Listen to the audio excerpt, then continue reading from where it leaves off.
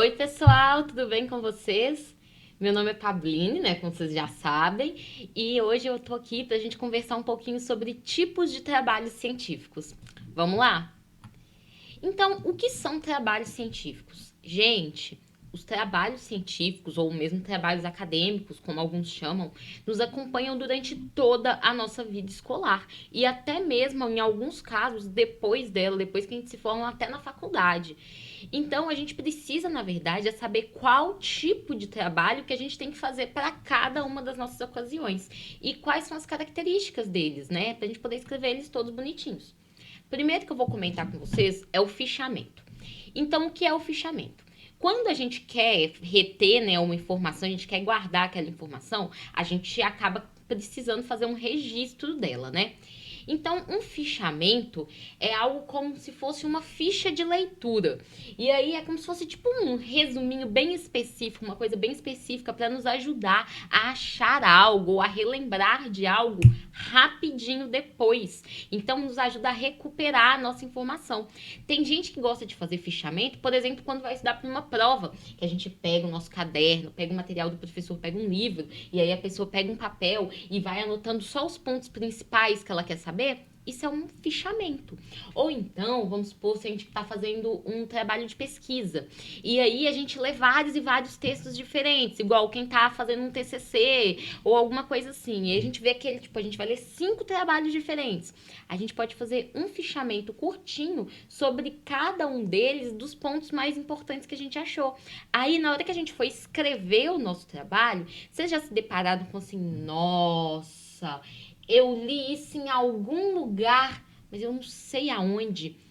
Aí o que a gente faz? A gente pega o fichamento, olha lá, ah, não foi nesse aqui não. Ah, não foi esse aqui. Foi nesse. Ah, vamos lá. E aí você acha muito mais rápido. Então, ele nos ajuda para fixar os nossos argumentos, para registrar onde que a gente leu e depois até mesmo para achar onde que a gente vai procurar. Então, o fichamento ele pode ser realizado por vários motivos. Pode ser um instrumento de coleta de dados, e aí a gente depois vai fazer a nossa pesquisa.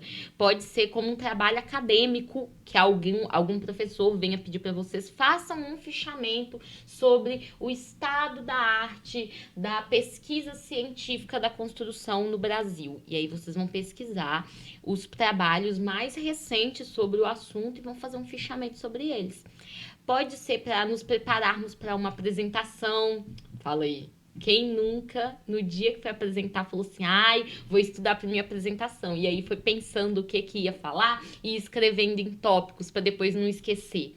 Ou mesmo só para nos ajudar a guardar alguma coisa, né? Deixar organizado.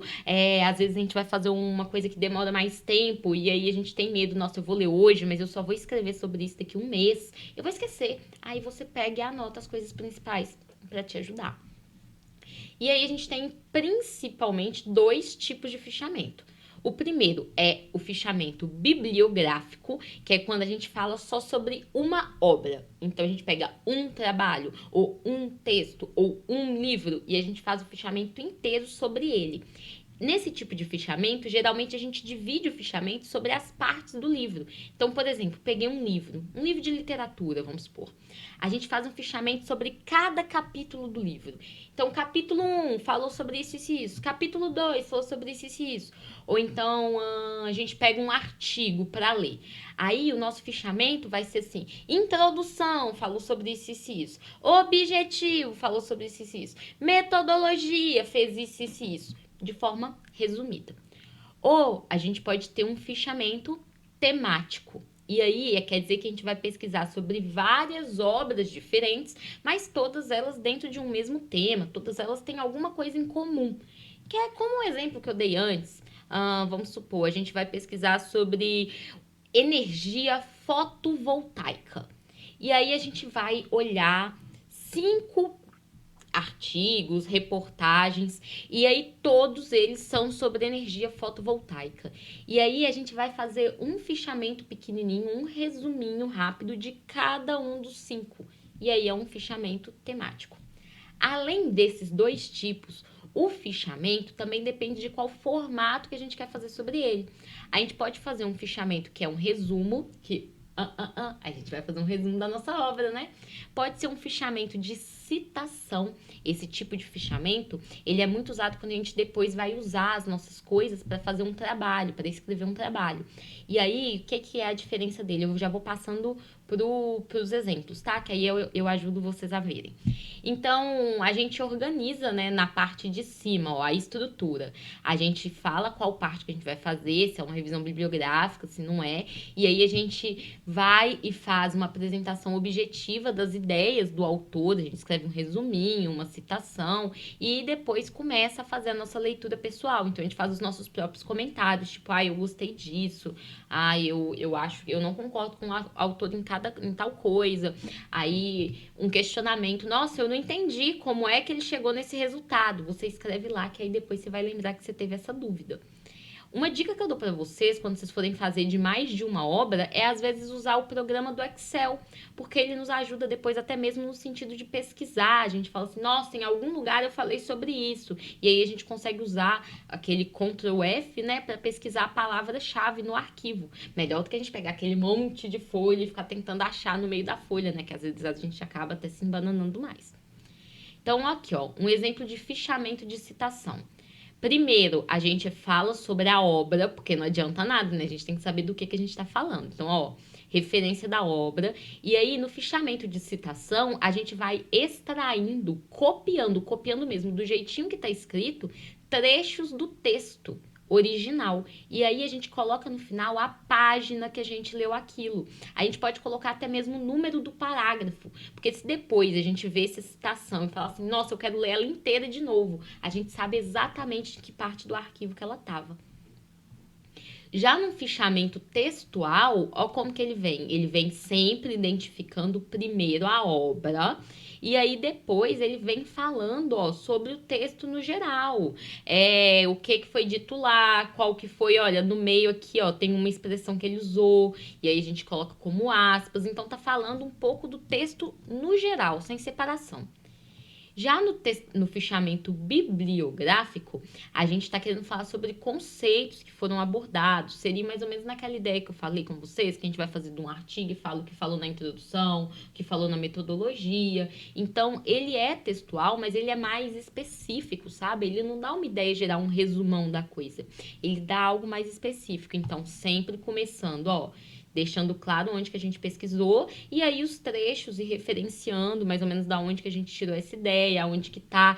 Tá vendo que a ideia é sempre que a gente consiga voltar mais rápido no texto, seja no fichamento bibliográfico ou no fichamento de citação, a nossa ideia é a gente organizar aquilo dali para depois a gente conseguir achar de novo no nosso texto. Pra gente não ter que ler o texto de novo inteiro, de 10 páginas, só para achar onde que a gente leu uma frase que a gente queria. Já no fichamento textual ou fichamento de resumo, a nossa ideia é uma coisa mais geral, é tipo assim, eu quero lembrar disso depois, é tipo a gente faz para estudar para prova, que a gente lê um capítulo inteiro falando sobre animais vertebrados e depois a gente resume esse capítulo inteiro num parágrafo, né? Animais vertebrados são isso, isso, isso e isso, que a gente só quer lembrar daquele conceito, assim, geral, pra depois nos ajudar para prova. Já no resumo é outro tipo, então fichamento é para nos organizar. O resumo é quando a gente quer apresentar de forma concisa os pontos mais relevantes de um texto, sem que depois a gente precise voltar lá no nosso texto original para ler tudo de novo. Então a gente quer evidenciar os principais objetivos, métodos, resultados e conclusões. E no resumo, a gente tenta ser o mais direto possível. No resumo, para vocês terem ideia, um resumo acadêmico, assim, técnico, ele tem mais ou menos só 300 palavras, é muito pouquinho. E a gente escreve ele inteiro em um parágrafo só, evidenciando, assim, as coisas mais importantes de todos. E uma coisa, a gente vai e usa, né? A gente coloca principalmente os objetivos, as conclusões principais do trabalho. E no resumo a gente não fala muito da nossa opinião. No resumo. Tirando uma ressalva que eu já vou falar para vocês. Então, tipos de resumo. Resumo indicativo. Indica apenas os pontos principais do texto e não apresenta nenhum tipo de dado. Só fala o que falou mesmo no geral. O informativo informa o leitor de forma suficiente para que ele possa decidir ou não se quer ler mais daquele trabalho. Quando a gente lê um artigo, vocês já repararam que no começo do artigo tem um resumo? Aquilo ali seria um resumo informativo. Um resumo que é informativo e indicativo, ele combina um pouquinho dos dois. E aí ele é um pouco maior, ele já não tá dentro daquelas 300 palavras, ele já é um pouquinho maior, porque fala mais coisa, vai um pouquinho mais profundo.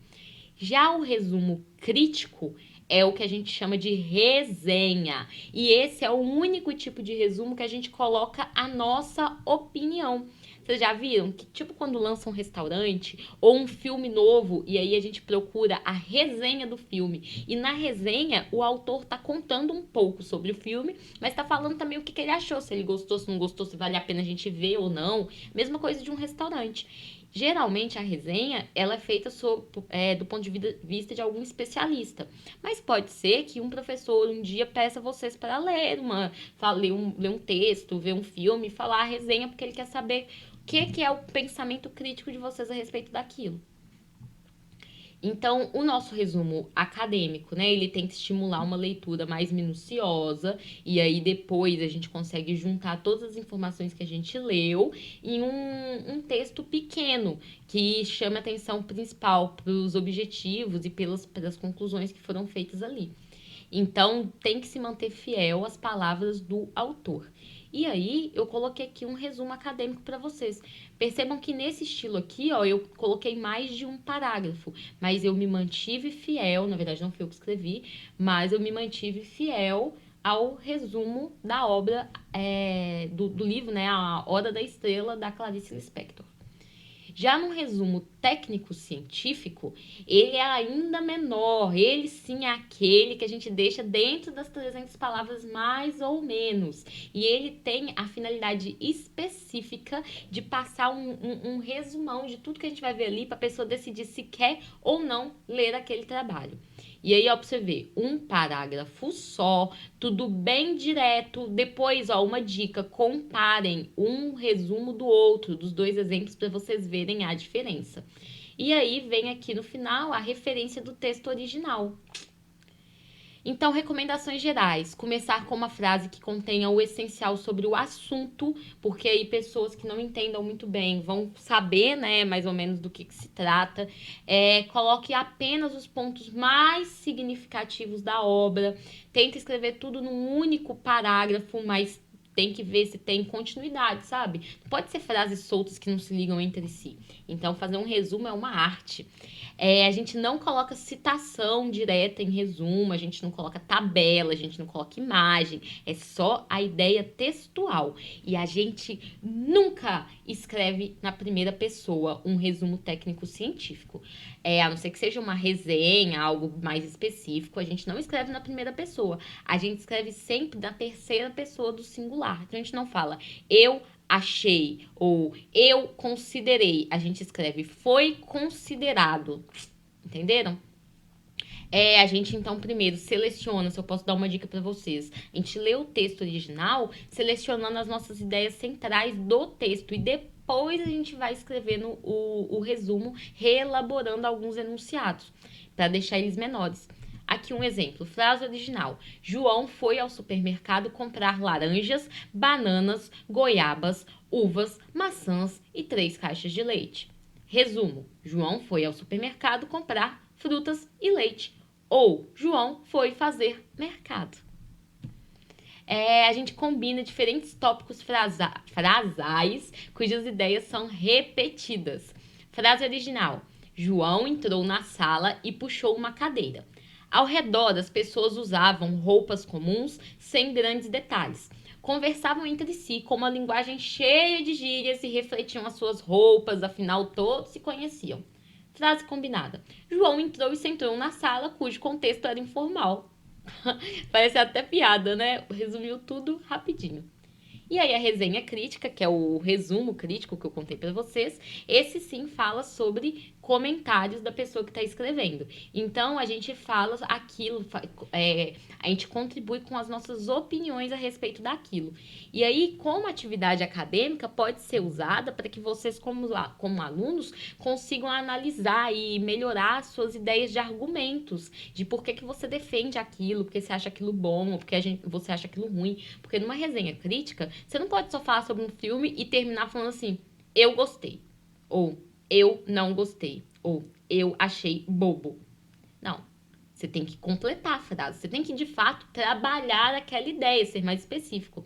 Eu não gostei do filme, porque achei que ele não se aprofundou muito sobre os pontos cruciais que prometia no seu enredo. Em contrapartida, gastou muito tempo em cenas que não agregavam detalhes na sua história. E aí você explicou. Então, a gente precisa contar numa resenha para o leitor qual que era o contexto original. Então, a gente tem que explicar mais ou menos o que o filme falava, qual que era a proposta dele, e depois a gente completar com os nossos comentários. Então, a estrutura é um cabeçalho indicando qual que é a obra, o que é que a gente está resumindo, informações sobre o autor, ou o cozinheiro, ou o diretor, e por aí vai. E aí a gente expõe sinteticamente um conteúdo geral do que a gente está falando e depois a gente faz nosso comentário crítico. Aí a gente tem o seminário, que vocês já devem ter feito vários. Seminário é esse tipo de apresentação que a gente faz. Isso daqui que eu tô fazendo agora pode ser considerado um seminário. Então, o seminário, ele tem o objetivo, às vezes, de aprofundar num estudo a respeito de alguma coisa, ou então de apresentar algum assunto para outras pessoas que não têm tanto conhecimento, ou mesmo para poder falar sobre a nossa opinião, qual ideia que foi elaborada. Para vocês terem ideia, o dia que vocês fizerem um projeto e aí forem apresentar o projeto para o seu cliente, você montar uma apresentação, porque você tem que montar, né? Você tem que mostrar para o seu cliente o que você fez para ele. Você vai estar dando um seminário, uma espécie de seminário sobre, olha, eu coloquei o seu quarto aqui porque aqui vamos ter uma boa circulação de ar. Isso já é uma explicação. Então, o seminário basicamente tem um roteiro que é entregue pela pessoa que está pedindo. Então, se um professor pedir para você fazer um seminário, ele vai te falar, olha, eu quero que você faça um seminário sobre tal assunto, que você vai falar como que ele surgiu, como que ele foi desenvolvido e aonde que esse material é usado.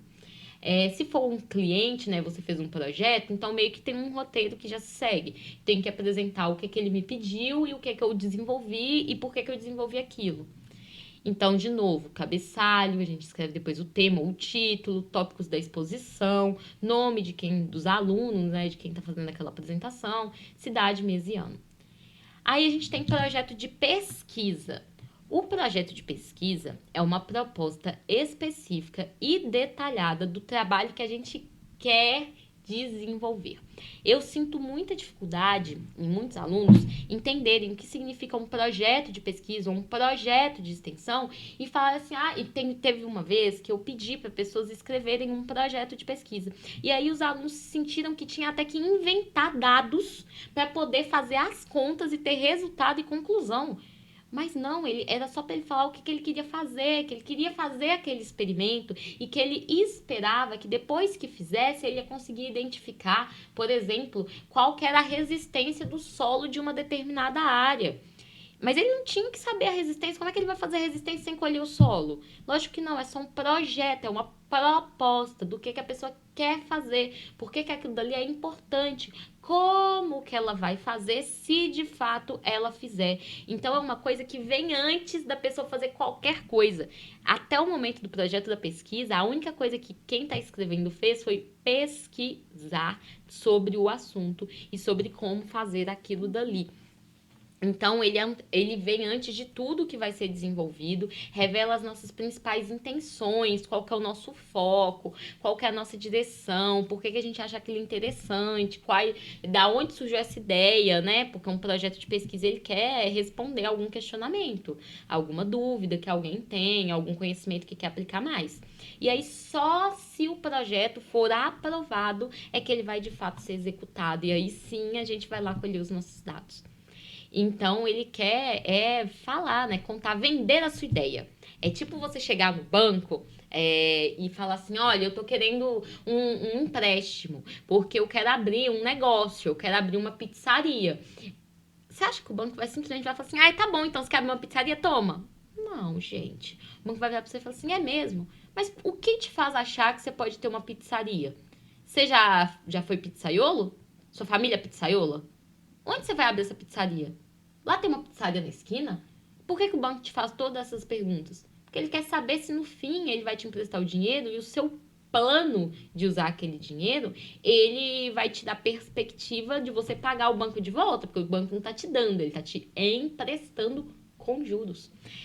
Quando a gente vai, por exemplo, financiar uma casa, um carro, o banco quer saber o quê? Se você tem dinheiro para pagar a prestação, se você é um bom pagador, porque não adianta nada você ter dinheiro e aí o banco descobrir que você sai devendo um monte de gente por aí, né? Ah, tá, mas ela não paga ninguém, mal caloteira.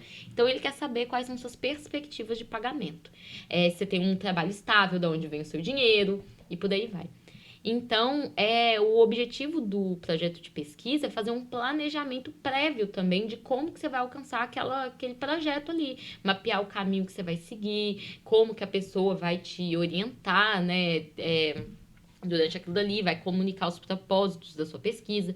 Então, a estrutura de um projeto de pesquisa, e o projeto de pesquisa é porque a gente está buscando algo inovador, sabe? Tipo, é uma técnica nova, uma pesquisa nova, um problema científico. Então, estrutura, introdução, tema, tipo, o que eu vou pesquisar. Aí a gente delimita o tema e faz um tema específico. Mais pra frente a gente vai conversar sobre isso. Aí a gente justifica que é por que pesquisar, por que aquilo ali é relevante, o que vai trazer de bom para a sociedade, no que é inovador. Aí a gente fala o nosso problema, que é o que motivou, que dúvida que motivou aquilo dali na gente. Nossa hipótese, que vocês lembram que eu já falei com vocês, que é a nossa resposta provisória do problema. Aí a gente fala sobre os nossos objetivos geral e os objetivos específicos. Lembrando que eu ainda não apresentei isso para vocês, mas o objetivo geral é o que a gente quer conseguir lá no final.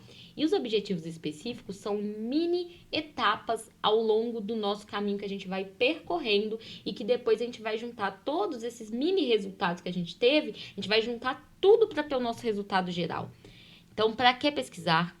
Metodologia é como nós vamos fazer, cronograma é quando nós vamos fazer e referências é quem é que já pesquisou isso antes, quem é que nos contou as informações que a gente já tem a respeito.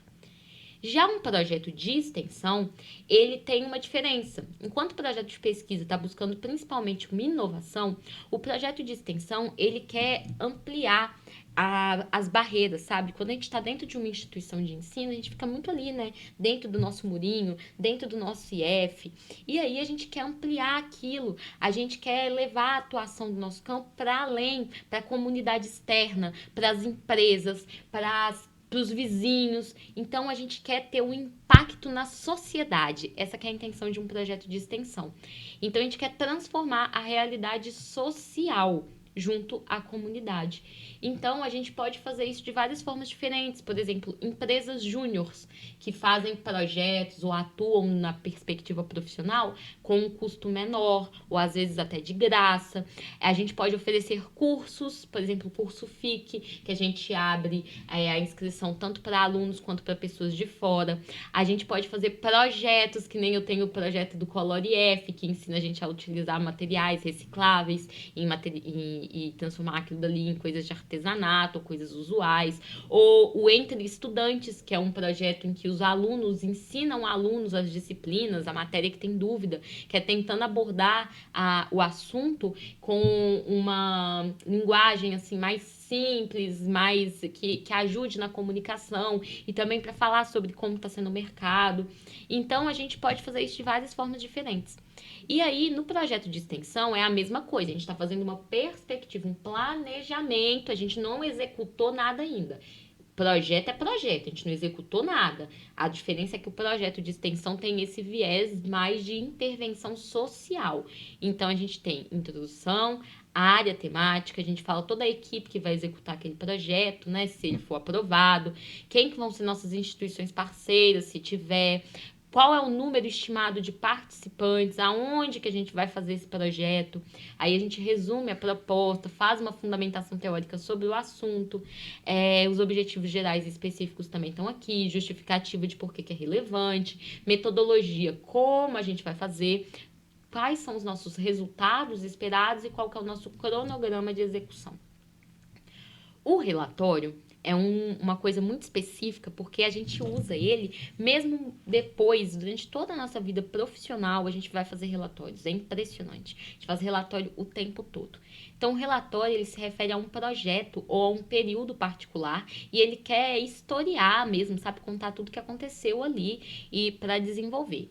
Então, ele primeiro começa ali contando o que era o objetivo e aí a gente conta de fato como foi feito, o que a gente teve de resultado e quais são as conclusões. E aí a gente quer comunicar os processos para as outras pessoas, o que foi desenvolvido, quais foram os resultados que a gente teve. E ele tem um público-alvo. E o público-alvo diz também sobre qual linguagem que a gente vai utilizar. Depois a gente vai falar muito sobre relatório mais pra frente. Ele segue bastante uma perspectiva parecida com um trabalho acadêmico, mas de uma forma mais resumida. O relatório foca bastante em como a gente fez. Muito. Como a gente fez, como a gente fez, como a gente fez. E o que a gente achou de resultado. O artigo científico é um trabalho completo, só que resumido, numa dimensão reduzida. Então, ele é feito numa forma de relatório mesmo. Parece bastante, só que o artigo a gente quer, de fato, publicar ele. Então, ele acaba contando um pouco mais sobre a fundamentação teórica do que o próprio relatório. Enquanto o relatório fala muito sobre como foi feito, o artigo foca em um pouco, né, da fundamentação teórica, como foi feito e foca muito em resultado, em conclusão.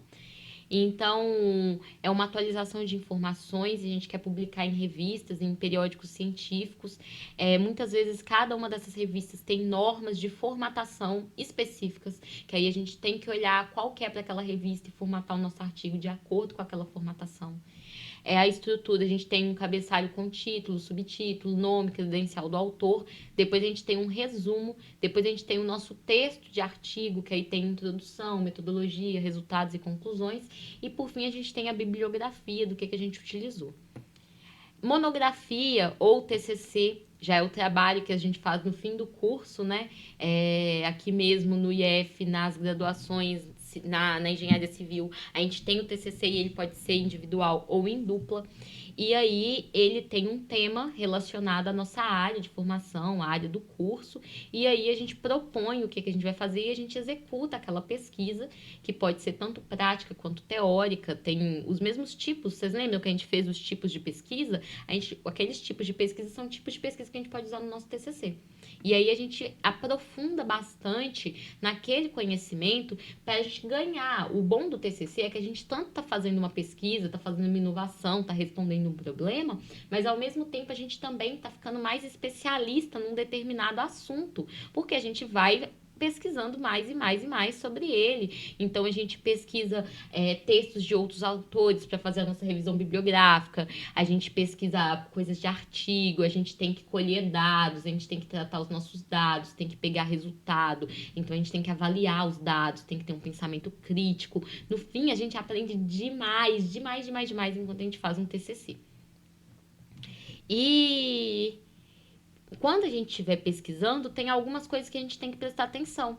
Então, a gente tem que dar preferência para livros. A gente não usa o Google geral ali, aquele Google que a gente só pesquisa e cai na Wikipédia. A gente não usa aquilo para fazer pesquisas científicas, tá, gente? No máximo, o Google acadêmico. E mesmo assim, a gente evita usar o Google acadêmico. A gente se baseia principalmente em livros e em periódicos CAPES. O site do Periódicos CAPES, inclusive, vocês conseguem acessar com o login do IF, e eu vou mostrar agora mesmo para vocês como que vocês fazem isso. E aí lá a gente vai ter acesso aos melhores artigos, as melhores publicações internacionais, ou seja, coisa que é relevante, coisas que as pessoas que escreveram realmente testaram e que foi comprovado que elas acharam aquele resultado. Não é uma coisa que elas estão falando da cabeça delas, sabe? Que elas inventaram e estão falando que é verdade. E aí, às vezes, a gente usa alguns sites confiáveis, a gente usa notas de aulas dos nossos professores. Então, se a gente for usar aqui, ó, vim aqui no Periódicos CAPES, aproveitando que a gente está tudo em ensino remoto, a gente vem, né? Eu vou abrir aqui uma nova aba para a gente poder pesquisar. Então, olha aqui como que fica. A gente entra aqui no Google mesmo, vamos digitar, ó, Periódicos CAPES. No site do Periódicos CAPES, ó, a gente entra aqui, cliquei, a gente vem aqui em cima, ó, acesso CAF. Não é café, é CAF. Nesse acesso CAF, a gente vai procurar IF Sul de Minas e vai enviar. E aí a gente vem para essa outra página. Nessa página a gente vai entrar, cada um vai entrar com o CPF de vocês e com a sua senha do SUAP. E aí você clica em login. Então você aceita, né, o que tem ali, lê, é que eu já conheço, e aí a gente está logado agora. E a partir do momento que a gente está logado, a gente consegue aqui, ó, buscar assuntos. E uma dica que eu tenho para vocês, pode buscar em português, mas se a gente busca em inglês, a gente tem acesso a artigos mais relevantes, mas pode buscar em português também. E aí, ó, eles vão nos dar vários lugares para pesquisar, a gente clica em cada um, pode ir abrindo, a gente consegue filtrar por data, por revista que a gente quer pesquisar. Aí, olha, aqui abriu o artigo, se a gente clicar aqui em download, a gente consegue pegar, ó, o artigo completo e baixar para a gente poder ler depois.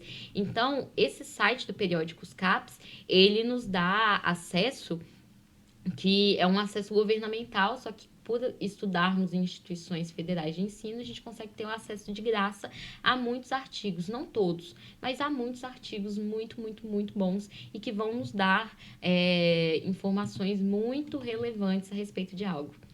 Então, pessoal, é isso que eu tinha para falar para vocês hoje. Espero que vocês tenham gostado da aula. Beijinho, até mais!